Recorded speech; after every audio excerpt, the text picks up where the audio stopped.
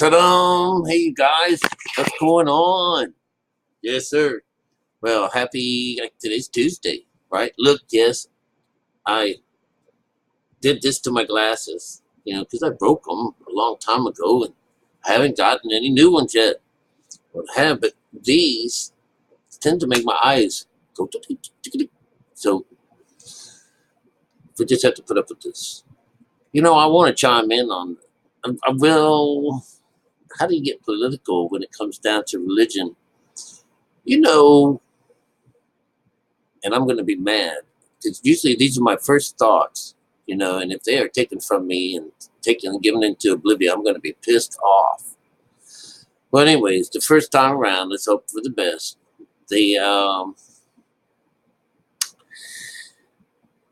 This idea of mankind and the earth, beta conscious, the devil, the lower conscious, everything to do with Saturn and Satan. It is very clear that is Earth. It's the way it is. It's the Earth. That's what's going on. That's why our bosses and people, in the higher ups and stuff like that, the whatever they call black ops and people that are in the know and stuff like that. There's something really dark, and they go to Moloch. They still believe in this idea, and they don't care in this baby serving situation. The thing is that this is the mankind. This is what mankind does with what they read and hear. So they create that. There are these baby cults. There are all these things that are going on. This is because, just as much as there are all these religious things going on, it's real. And the religious stuff is just as spooky and scary and all that too. Everything is kind of ooh.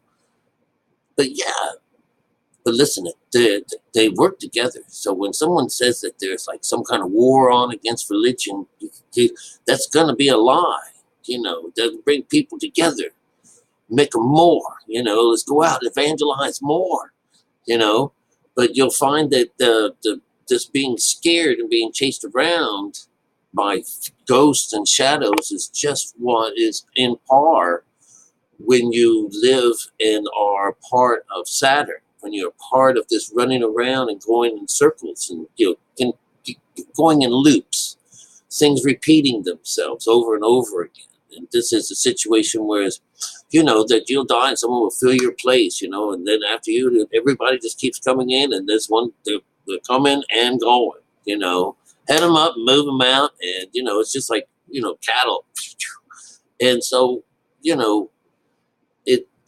it doesn't scare me so much to understand that when someone says that they're praying for God, praying for that right now they've got like President Trump is going to be like, an arfinger, and the idea of the Christ has singled him out. God has pushed him along his way and stuff like that. And this the third temple coming in. There's no such thing as a third temple. The Bible talks about there being at one time a temple of some kind, and that all that we can really imagine in our minds in our day and age is that there's just all we know is that there's a mosque sitting on top of that place. And so that means the other one was destroyed and that the other one has never been rebuilt.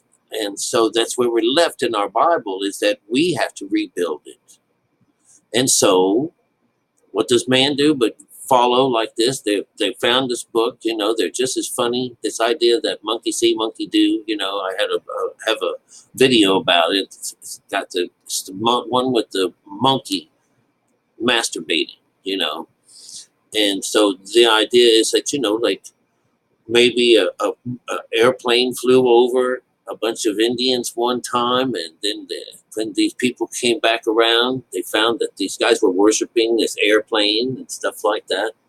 Well, so mankind finds a book and then wants to duplicate what it says, And so here they are, they just found something, and now they're making themselves up to do the same thing and think they're pleasing God. Well, I just made my first prophecy, all right? And I want to share it with you. I hope I can do this before it's all over with, okay? But, I was listening to this Jeannie gal, which is a Jeannie Pirro. She's that judge. She's really getting down on that Omar bitch, that socialist bitch that's in the in Congress, And here we are, we're supposed to be real supportive of this, and they're our allies and everything like that. Where are you at? This is more along the lines of what I was talking about. It's that all of this garbage where, we have to do what they say. They're our stronghold in the Middle East. And of course, this word Zionist comes in. And the Zionist is not even a Jew. But in reality, it can be anybody. But yes, that's what we're learning, is that a Zionist is about returning home. A Zion, when we talk about Zion is a place which is inside us. And right now, Zion is destroyed. Zion is gone. And so this idea of them trying to bring the Jews back home, there never was a home for the Jews. The Jews is an internal thing. A Jew is someone who is inside, someone who is an insider, someone who meditates. And that's what governs what a Jew is. And they don't have a home. It's wherever the carcass lays. So there's never been a home for a Jew, because home is wherever the carcass lays, wherever it is. That's what causes a Jew. That's a Jew, someone who meditates and serves God by meditation. That is what a Jew is. And so how did they get displaced, in the situation where they don't have a home? Because they never have a home. The home is in your mind. The home is where you are. And if you don't have a home, if the Jews don't have a home, then they're not in Israel. They're not supposed to be in it, because that's when you're at home, when mom and dad are both in there. And it took the child to do this. This is what God is talking about. Jesus and God and all this business. So, I say the idea is that what does it matter anyways? She says she gets off her rant by saying that they've been, those Jewish people, they have been treated terrible from the beginning of times. They were forced out of Egypt, and they were, no. And I said, whoa. That's where I stopped. I said, no. They were not forced out of Egypt. They were answering a call from God, and they were being led out of there by Moses. And I said, what does it matter anyways? What does it matter?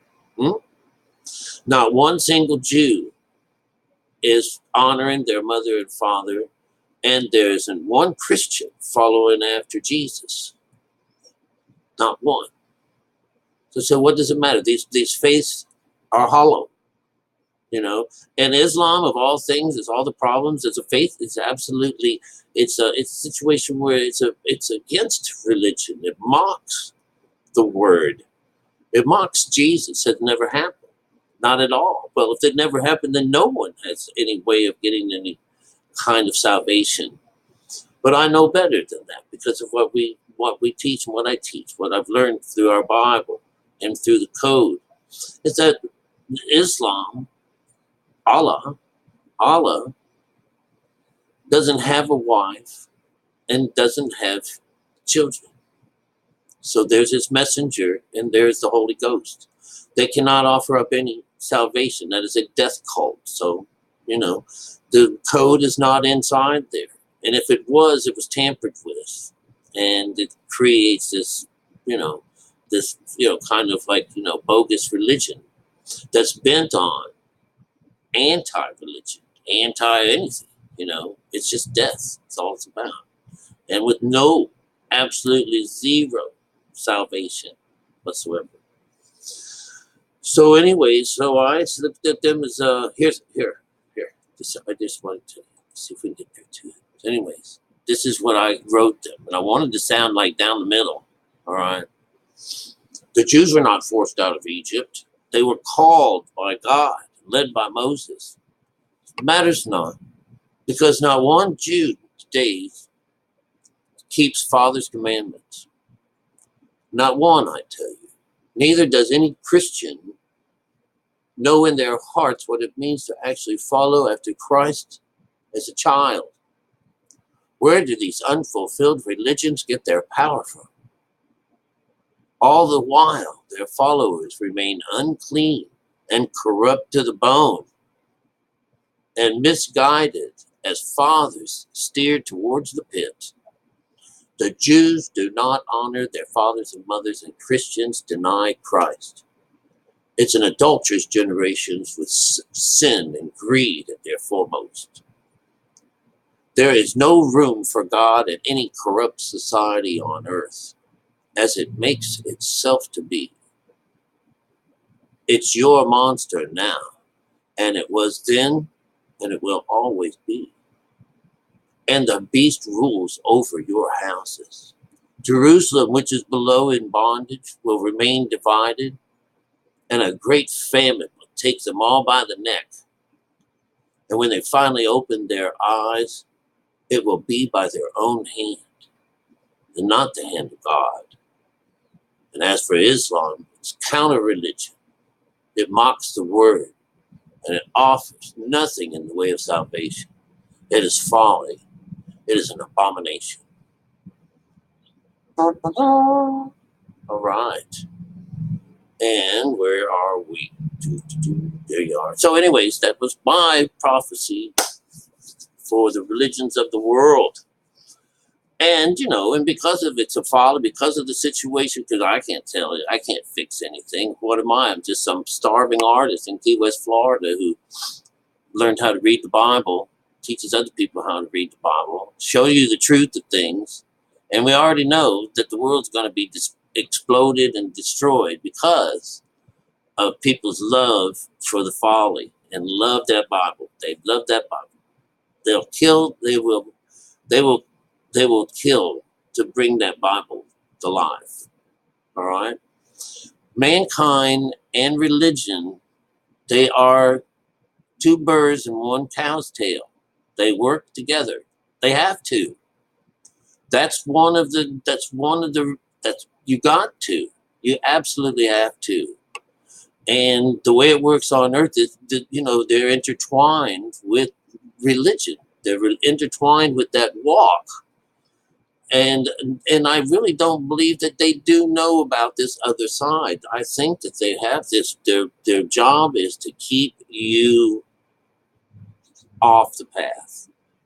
And I'm serious about that. Their entire job is to keep you away from God. And that's make of things. That's the science behind religion, is that mankind and the moon, the situation is the moon, what is in between us and the source of energy, the sun, what is in between has rule over us, has rule over most people, has rule over everything. And only those few are able to escape it. Come and be the few. Come and be the few. I'll chat with you soon. Let's hope it goes up. It's a good one.